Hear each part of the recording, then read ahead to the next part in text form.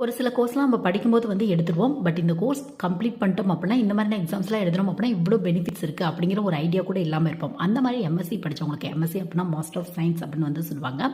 So உங்களுக்கு வந்து gate exam எழுதுறதுக்கு எலிஜிபிள் இருக்கு. நிறைய ஸ்டூடெண்ட்ஸ்க்கு கேட் எக்ஸாம் எழுதுறதுக்கு எலிஜிபிள் இருக்கு அப்படின்னு கூட தெரியாதுல. உங்களுக்கு எலிஜிபிள் இருக்கு உங்களுக்கு. கேட்ல கிட்டத்தட்ட ஒரு 30 பேப்பர் இருக்கு உங்களுக்கு வந்து பார்த்தோம் அப்படின்னா. இதில் பிசிக்ஸ், கெமிஸ்ட்ரி, மேத்ஸ் இந்த மாதிரியான பேப்பர் கூட இருக்கு. ஸோ நீங்க என்ன எம்எஸ்சி கம்ப்ளீட் பண்ணிருக்கீங்களோ அது ரெலவெண்ட்டாக வந்து நீங்க சூஸ் பண்ணிக்கலாம். ஸோ இந்த கேட் எக்ஸாம் எழுதுறதுனால உங்களுக்கு என்ன பெனிஃபிட் அப்படின்னு பார்த்தோம் அப்படின்னா, உங்களுக்கு டாப் லெவல் காலேஜில் ஐஐடி, என்ஐடி இல்லை டாப் யூனிவர்சிட்டியில் எம்ஏ, எம்டெக் கோர்ஸ்க்கு அட்மிஷன் கிடைக்கிறதுக்கான வாய்ப்புகள் இருக்குது உங்களுக்கு. அது மட்டும் இல்லாமல் சப்போஸ் நீங்கள் பிஹெச்டி இந்த மாதிரி பண்ணுறீங்க அப்படின்னா ஒரு சில யூனிவர்சிட்டியில் ஸ்டைஃபன் கூட கிடைக்கிறதுக்கான வாய்ப்பு இருக்கு உங்களுக்கு. இல்லை ஜாப் தான் போகணும் அப்படிங்கிற ஒரு ஆசை இருக்குது அப்படின்னா ஒரு சில பிஎஸ்யூ அப்படின்னா பப்ளிக் செக்டர் அண்டர்டேக்கிங் கம்பெனி அப்படிம்பாங்க. ஸோ இந்த மாதிரியான கம்பெனி இந்தியாவில் கிட்டத்தட்ட 300 மேலே இருக்குது. இங்கே கூட வந்து கேட் எக்ஸாம் ஸ்கோர் பேஸில் வந்து நீங்கள் ட்ரை பண்ணி பார்க்கலாம். ஒரு சில அப்ராட்ல இருக்க யூனிவர்சிட்டியில் கூட ஹையர் ஸ்டடீஸ் வந்து நீங்கள் பண்ணலாம்.